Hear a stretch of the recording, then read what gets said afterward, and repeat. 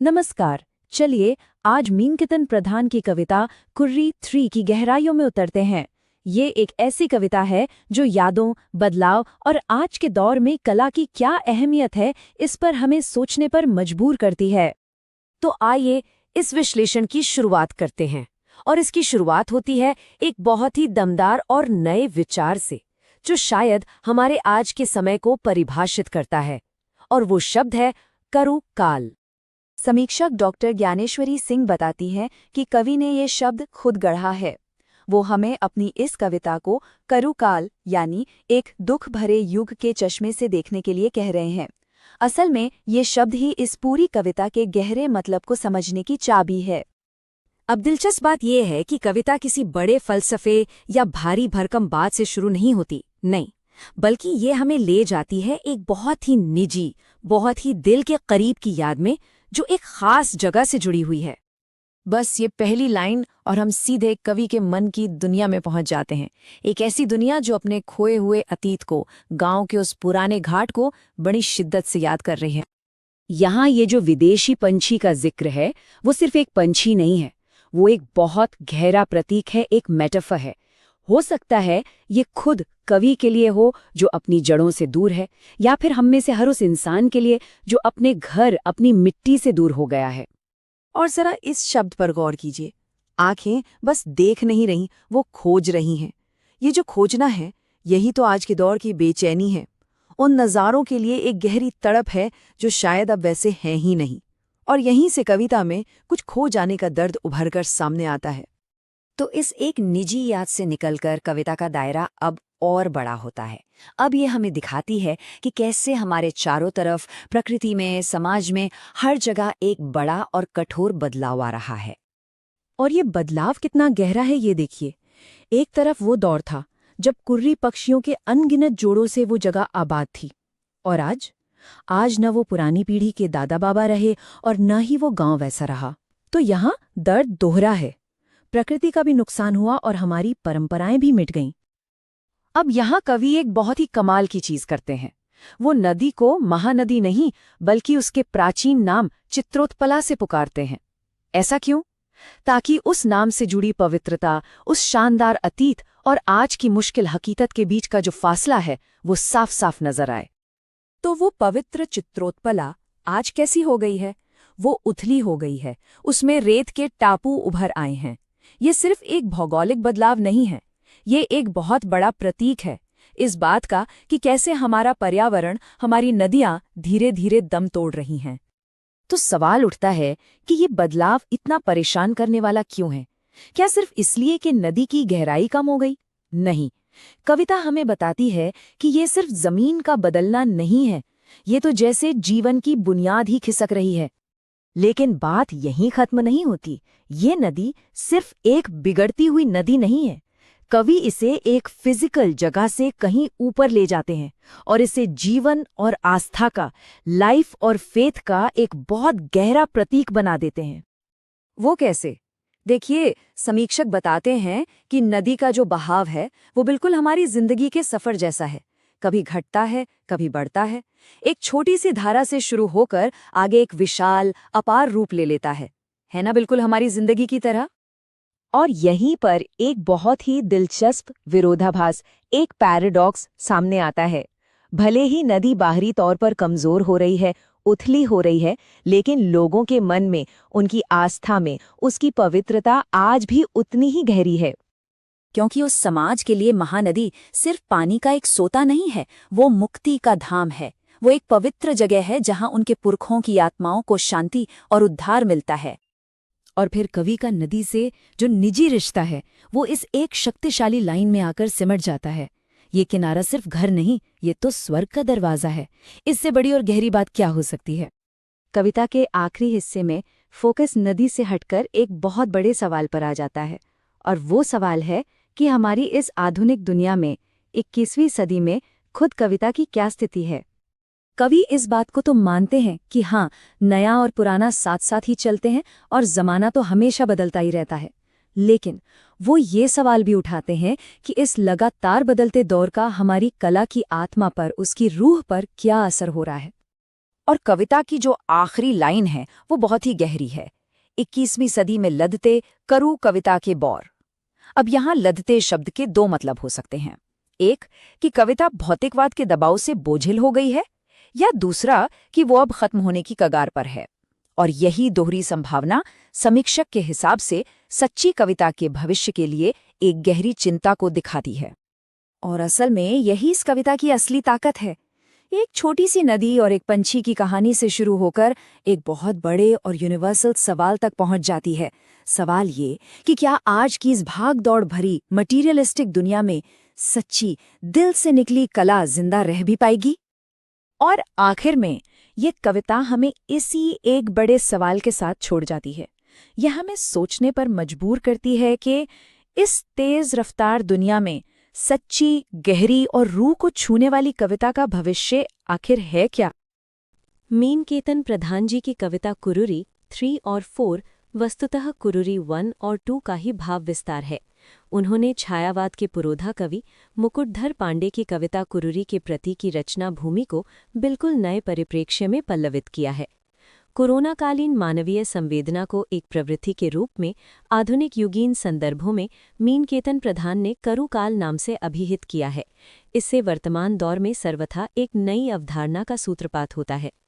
प्रधान जी के 6 काव्य संग्रहों में जीवन, प्रकृति, वैश्विक सामाजिक राजनीतिक परिदृश्य और समसामयिक बदलावों की यथार्थ अभिव्यक्ति हुई है। संदर्भगत समीक्षा क्रम में यहाँ कुरुरी 3 के सभी 8 छंदों के मूल भाव और काव्यात्मक वैशिष्ट्य का विश्लेषण प्रस्तुत है। छंद 1। आता याद पंछी विदेशी, महानदी के पाट, आंखें खोजती वो नज़ारे, गांव के उसी घाट।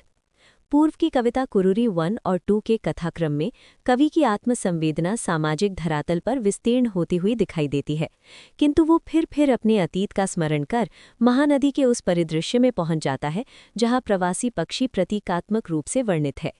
कुरुरी 1 में कुरुरी अपने बिछड़े साथी को खोजते हुए थक हार जाता है और कुरुरी 2 कविता में महानदी के पास से उड़कर सर्ववेदना के भाव से जुड़ जाता है।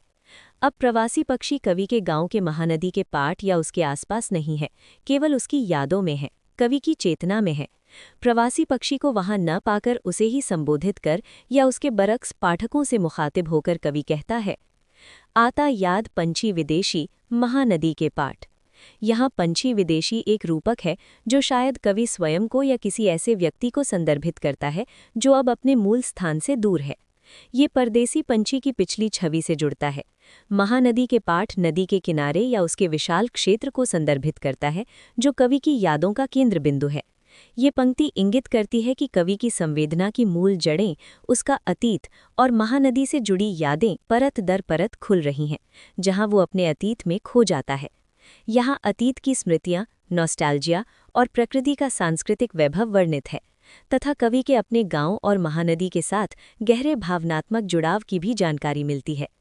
आंखें खोजती वो नज़ारे, गांव के उसी घाट। ये पंक्ति कवि के वर्तमान की बेचैनी और अतीत की लालसा को स्पष्ट करती है। उसकी आंखें यानी उसकी चेतना और स्मृति गांव के उन परिचित दृश्यों को खोज रही हैं जो अब शायद नहीं रहे या बदल गए हैं। गांव के उसी घाट पर जोर देना उस विशिष्ट स्थान के महत्व को दर्शाता है जहां उसने जीवन के महत्वपूर्ण पल बिताए थे। ये ऐसे समय और स्थान की तलाश है जो अब केवल यादों में ही जीवित है। यहाँ रचनाकार का सूक्ष्म मनोवैज्ञानिक भाव अवलोकनीय है। ये इस रचना की मार्मिक शुरुआत है जो पाठक को कवि के भावनात्मक परिदृश्य में ले जाता है।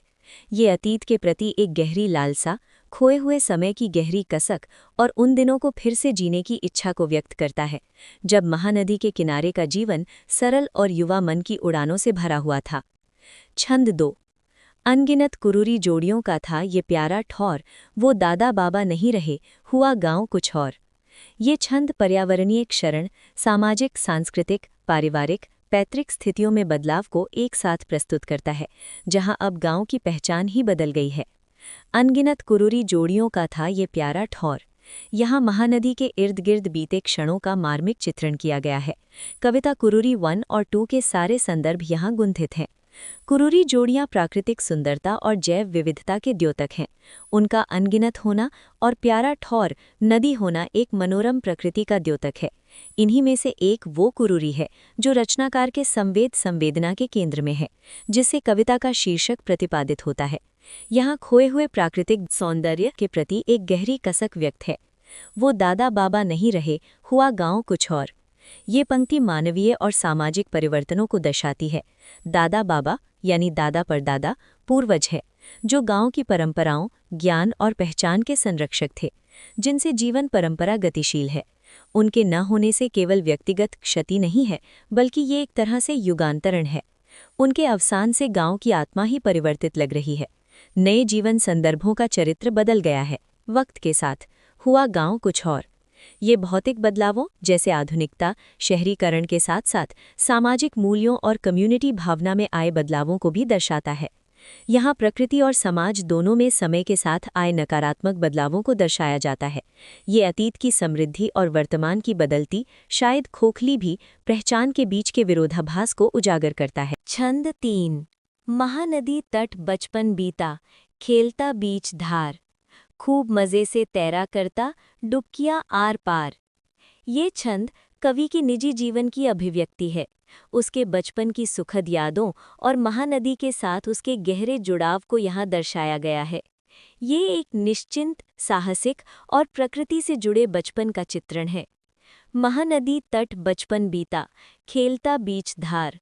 कवि का गांव महानदी के किनारे बसा है। संग्रह में अपनी बात के पूरे 8.5 पेज में उनका गांव ही धड़क रहा है और घर घरा रही है महानदी, जहां उसके बचपन के दिन गुजरे हैं। यहाँ गांवों की तत्कालीन भौगोलिक, प्राकृतिक स्थिति जीवंत रूप में उजागर हुई है। नदी का तट केवल एक स्थान नहीं था, बल्कि उसके बचपन का अभिन्न अंग था। खेलता बीच धार दर्शाता है कि वो नदी से भयभीत नहीं था, बल्कि उसके साथ पूरी तरह से सहज था, उसकी धारा के बीच में खेलता था। ये प्रकृति से सहज जुड़ाव और ग्राम्य जीवन की वास्तविकता है। खूब मज़े से तैरा करता, डुबकियां आर पार। यहाँ बचपन की निर्भीकता, आनंद और स्वतंत्रता अभिव्यक्त है। नदी के पानी में तैरना और डुबकियां आर पार लगाना बिना किसी डर या चिंता के उस समय के जीवन की सादगी और खुशियों को दर्शाता है। नदी जीवन के एक स्रोत के रूप में थी। ये छवि एक जीवंत, ऊर्जावान बचपन को प्रस्तुत करती है, जो प्रकृति की गोद में पला बढ़ा है। यहाँ व्यक्तिगत स्मृति के माध्यम से महानदी के स्वर्णिम अतीत को चित्रित किया गया है, जो अब कवि के लिए सुलभ नहीं है। ये उस समय की याद दिलाता है जब नदी पूरी तरह से स्वच्छ और निर्मल हुआ करती थी। तब पर्यावरण प्रदूषण आज जैसा नहीं था, कृत्रिम संसाधनों का विकास भी नगण्य था। तब मानव जीवन का प्रकृति से गहरा संबंध था। आज बहुत कुछ बदल रहा है।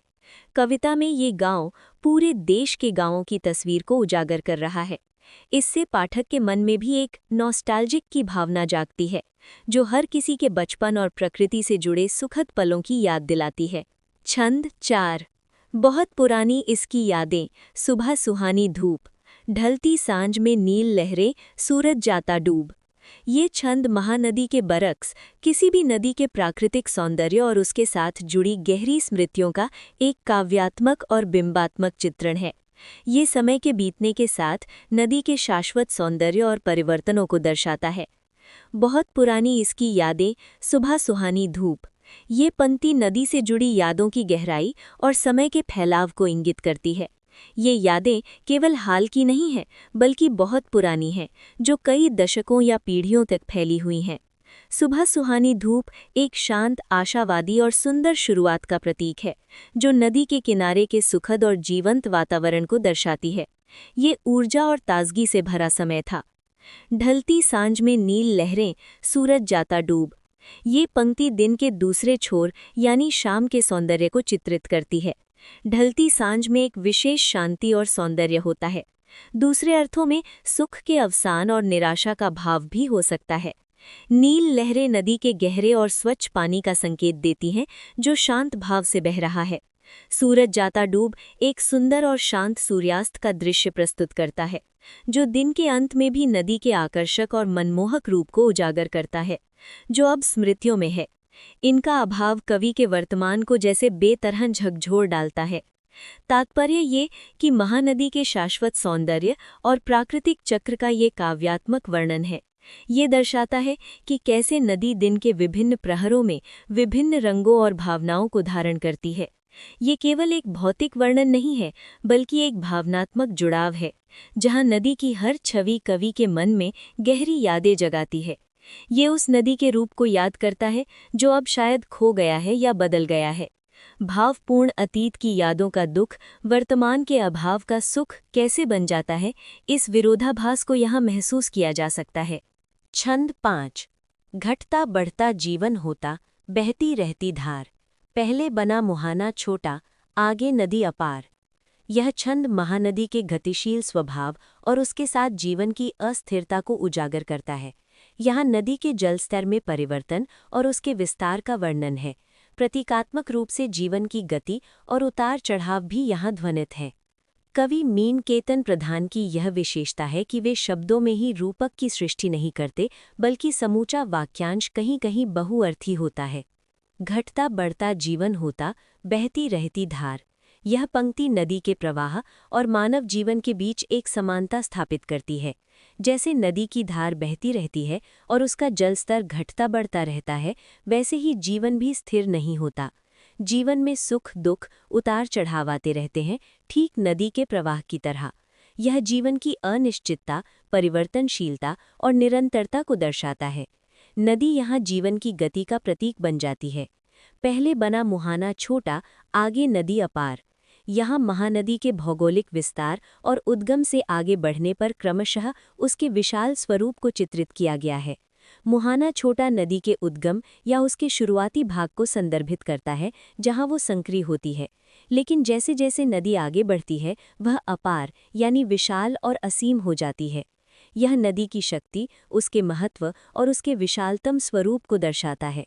यह एक छोटे से बिंदु से शुरू होकर विशाल रूप लेने की नदी की यात्रा को इंगित करता है, जो जीवन के विस्तार का प्रतिबिंब है।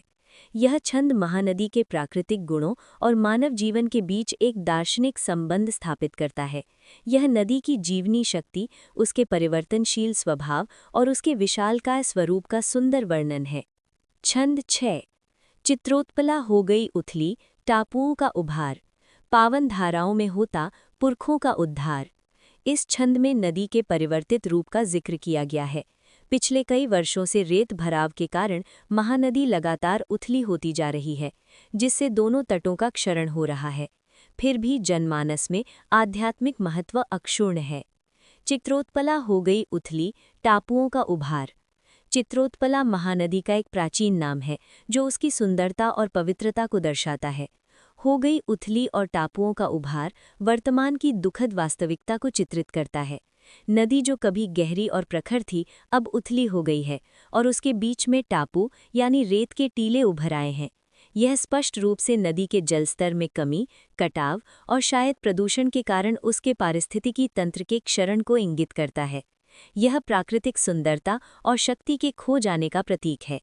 मनुष्य के जीवन से जोड़कर देखें तो टापू शब्द जलविहीन स्थान होने के कारण शुष्कता, निराशा, विपरीत परिस्थितियों का प्रतीक प्रतीत होता है, क्योंकि नदी का अंग होने के कारण उसकी सार्थकता जल पूरित होने में है। प्रसिद्ध प्रयोगवादी कवि अज्ञेय की नदी के द्वीप के टापू की तरह यह व्यक्तित्व खंड के प्रतीकात्मक अर्थ से भिन्न है। यहाँ मीनकेतन प्रधान का कवि नदी के भौगोलिक स्थिति में स्वाभाविक परिवर्तन को जीवन के साथ जोड़ता है। वह किसी जटिल बौद्धिकता के बिंब और प्रतीकों का प्रयोग नहीं करता। पावन धाराओं में होता पुरखों का उद्धार। यह पंक्ति नदी के गहरे सांस्कृतिक और आध्यात्मिक महत्व को दर्शाती है। महानदी को हिंदू धर्म में एक पवित्र नदी माना जाता है, जहाँ स्नान करने या उसके जल से अनुष्ठान करने से पुरखों का उद्धार होता है। प्रयाग में गंगा नदी की तरह मनुष्य जीवन की अंतिम मुक्ति की अवधारणा महानदी के लिए भी है। इसी को कवि ने पुरखों यानी पूर्वजों का उद्धार कहा है। मान्यतानुसार आत्मा की मुक्ति और शांति का स्थल है महानदी। अंचल के निवासी इसे गंगा नदी का प्रतिरूप मानते हैं। इसकी ऐतिहासिक पौराणिक पृष्ठभूमि की कथा का उल्लेख यहाँ विस्तृत हो जाएगा। तात्पर्य यह कि महानदी के रूप में परिवर्तनों के बावजूद उसका शाश्वत आध्यात्मिक महत्व है। फिर भी महानदी ही नहीं, किसी भी नदी के जलस्तर में कमी होना या सूख जाना पर्यावरण और जीवन दोनों दृष्टि से चिंताजनक है। कहीं बांध बना लेना या कृत्रिम रूप से जल संचय कर लेना पर्याप्त नहीं है। यह एक चेतावनी भी है कि यदि हम अपनी नदियों की भौतिक स्थिति और समृद्धि पर ध्यान नहीं देंगे तो उनकी उपयोगिता, पारंपरिक महत्ता प्रभावित हो सकती है। यह नदी के प्रति श्रद्धा और उसकी वर्तमान दुर्दशा के बीच के द्वंद्व को दर्शाता है। छंद 7। महानदी के इस आंचल में छिप जाऊं हर बार, हमेशा मिले यही किनारा, यही है स्वर्गद्वार। यह छंद कुररी शीर्षक की सभी कविताओं में सबसे अधिक भावप्रवण और आत्मपरक संवेदनशीलता से युक्त है।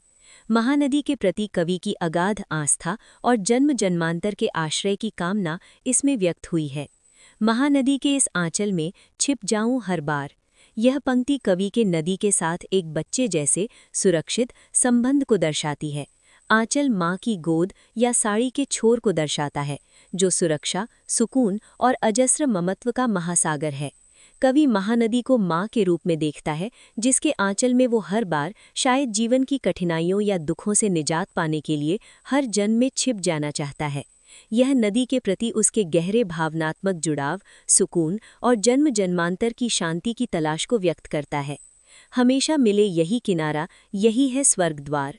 यह पंक्ति महानदी के प्रति कवि की अटल निष्ठा और उसे सर्वोच्च स्थान देने की भावना को दर्शाती है। वह कामना करता है कि उसे हमेशा यही किनारा अर्थात महानदी का तट हर जन्म में मिले। यह उसका स्थायी आश्रय, उसका घर और उसकी पहचान है।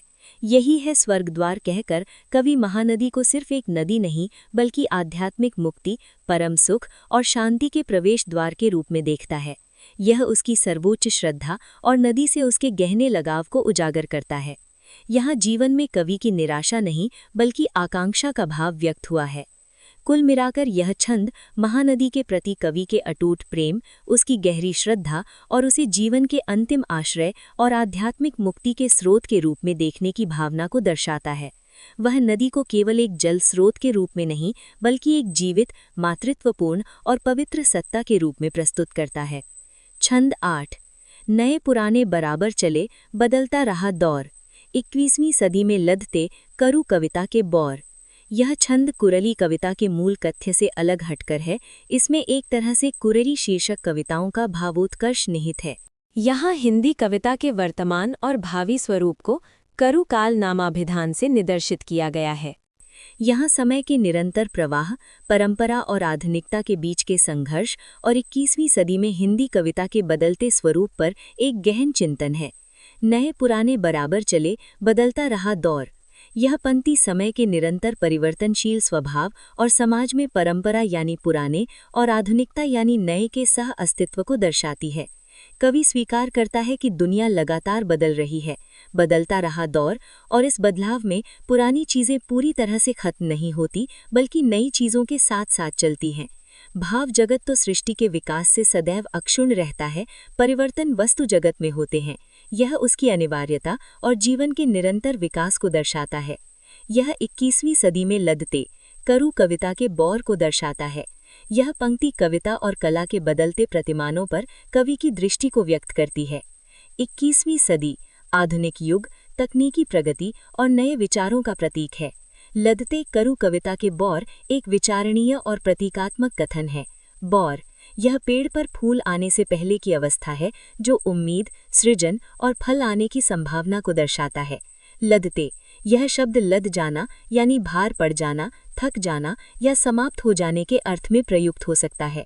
यदि इसका अर्थ भार पड़ जाना है तो यह दर्शाता है कि 21वीं सदी में कविता पर नए विचारों, भौतिक दबावों या शायद स्वार्थपरकता का बोझ पड़ रहा है, जिससे उसकी मौलिकता या शुद्धता प्रभावित हो रही है। यदि इसका अर्थ समाप्त हो जाना है तो यह आधुनिक युग में पारंपरिक या आत्मिक कविता के धीरे धीरे खत्म होने के विचार को दर्शाता है। कवि यह चिंता व्यक्त कर रहा है कि 21वीं सदी की तेज गति और भौतिकवादी प्रवृत्तियों में करु कविता अर्थात करुणा मिश्रित कटुता, कड़वाहट, करोनाकालीन कारुणिकता, अग्राह्यता आदि भाव संवेदन है। सच्ची गहरी आत्मा से निकली कविता को कवि सर्वोच्च महत्व देता है।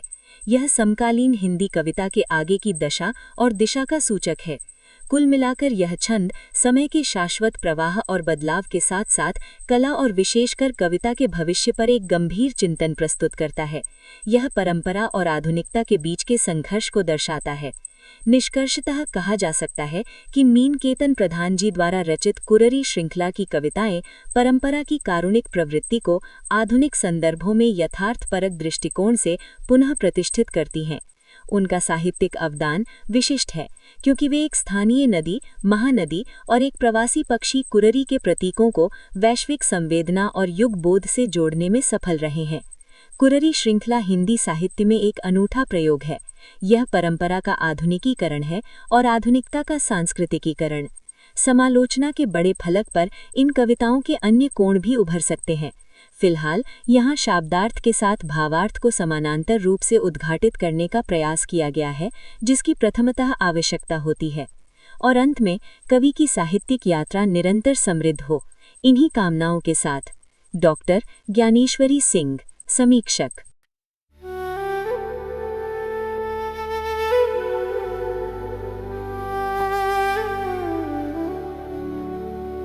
आता याद पंछी विदेशी महानदी के पाट, आंखें खोजती वो नजारे गांव के उसी घाट। अनगिनत कुररी जोड़ियों का था ये प्यारा ठौर। नहीं रहे वो दादा बाबा, हुआ गांव कुछ और। महानदी तट बचपन बीता, खेलता बीच घाट। खूब मजे से तैरा करता, डुबकियां आर पार।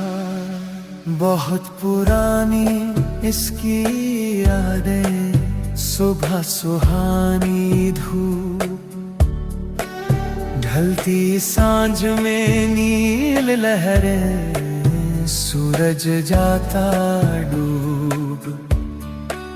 घटता बढ़ता जीवन होता, बहती रहती धार।